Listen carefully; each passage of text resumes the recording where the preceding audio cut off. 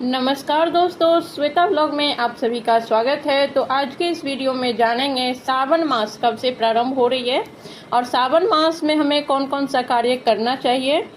सावन में इस बार कौन सा डेट है जो सोमवार पड़ रहा है और कौन सा ऐसा विशेष पर्व है जो एक सोमवार को या 2 सोमवार को आपको विशेष दो व्रत का लाभ मिलेगा करने से। तो जो लोग मान लीजिए पूरे वर्ष नहीं करते हैं भोलेनाथ का पूजा या फिर कोई व्रत नहीं करते हैं महादेव से संबंधित, वो सावन के मंथ में एक दिन भी जरूर से ही करना चाहिए। वैसे सावन का जो व्रत होता है वो सभी लोग धारण करते हैं। इसमें बच्चे, बुजुर्ग, महिला, सब जेंट्स सब करते हैं, क्योंकि सावन का माह जो होता है वो बहुत पावन होता है। भोलेनाथ को बहुत ही प्रिय मंथ होता है, ये माह होता है, इसलिए इसमें बहुत सारा नियम व्रत सभी लोग धारण करते हैं। पूरे माह का भी व्रत करते हैं, नहीं तो सोमवार का व्रत करते हैं, या फिर प्रत्येक दिन शिवलिंग बना करके पार्थिव शिवलिंग का पूजन करने का नियम लेते हैं, या फिर अगल बगल मंदिर है महादेव का, कोई शिवालय है तो वहाँ प्रत्येक दिन जा करके शिव जी का अभिषेक करने का नियम लेते हैं, या फिर मंदिर को साफ सफाई करने का नियम लेते हैं। तो इस प्रकार से बहुत सारा जो नियम होता है वो लिया जाता है सावन में पूरे सावन जो मांस मदिरा होता है इसका तो त्याग करते ही हैं, साथ में लहसुन प्याज का भी त्याग करते हैं। ये भी एक नियम में ही आता है। प्रत्येक दिन शिवालय में जाके दीपक जलाया जाता है। तो जितना आप सक्षम है, जितना आप नियम ले सकते हैं उतना लीजिए, लेकिन कोई भी नियम लीजिए तो उसको पूरा कीजिए, पूरी निष्ठा भाव से उसे निभाना चाहिए। तो चलिए जानते हैं कि सावन कब से प्रारंभ हो रहा है। इस वर्ष 2026 में सावन 30 जुलाई से प्रारंभ हो रहा है। तो पहला जो सोमवार का व्रत किया जाएगा वो 3 अगस्त को किया जाएगा।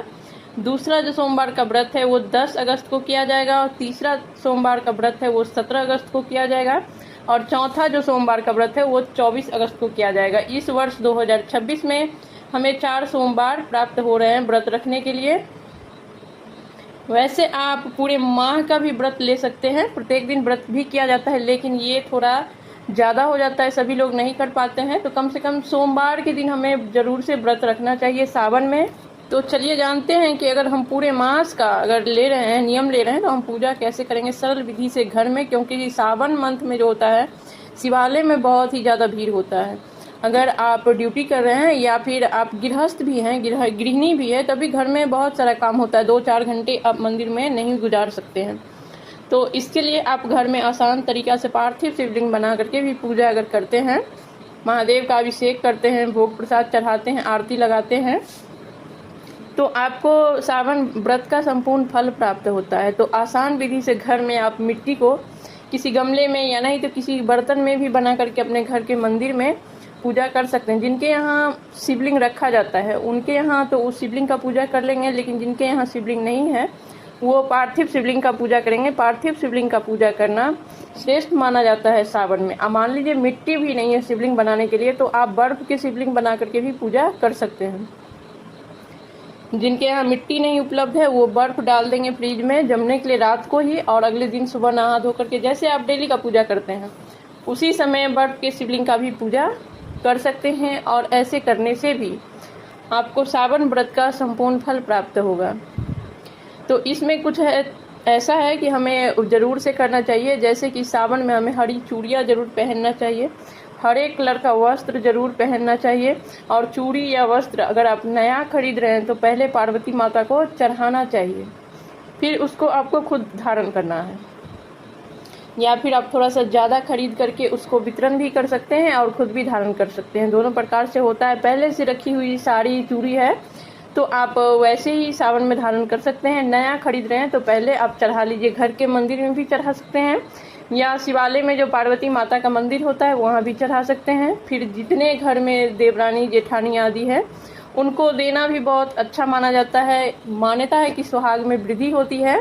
सावन के मंथ में हरी चूड़ी, हरी बिंदी, हरा नेल पेंट आदि वितरण करना बहुत अच्छा माना जाता है। तो इसीलिए किसी एक सोमवार को आप ये सामग्री खरीद करके पार्वती माता को चढ़ा सकते हैं, और उसके बाद जो है अपने रिलेटिव के साथ इसको वितरण कर सकते हैं, जो रिश्तेदारी अगल बगल जो आपकी फ्रेंड है, देवरानी जेठानी है, उनके साथ। तो ये सावन में करना बहुत अच्छा माना जाता है, तो ज़रूर से आप करिए।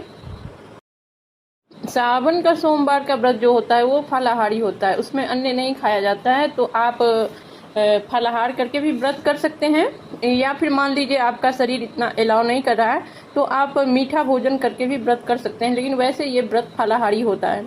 और सावन के महीने से भोलेनाथ का जितना भी व्रत है सभी का उठाव किया जा सकता है। जो जो व्रत आप करना चाह रहे हैं, पहले से आप प्लानिंग कर रहे हैं, जैसे 16 सोमवार का व्रत हो गया, सावन सोमवार का व्रत हो गया, प्रदोष व्रत हो गया, त्रियोदशी हो गया, चतुर्दशी हो गया, माह का जो शिवरात्रि होता है वो व्रत आपको करना है, तो सभी भोले बाबा से संबंधित जितने व्रत होते हैं उसको आप सावन से उठाव कर सकते हैं।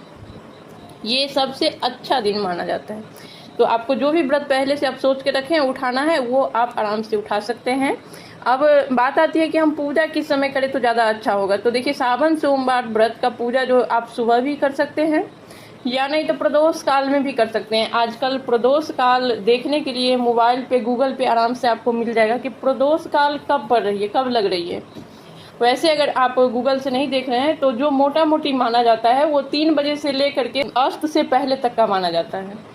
तो आप शाम में 3 बजे प्रारंभ कीजिए, नहा धो करके पूजा करने के लिए बैठ जाइए। आपको 1-1.5 घंटा में पूजा हो जाएगा, यानी कि सूर्य भगवान जब अस्त होंगे उससे पहले आपका पूजा हो जाना चाहिए, अंधेरा नहीं होना चाहिए।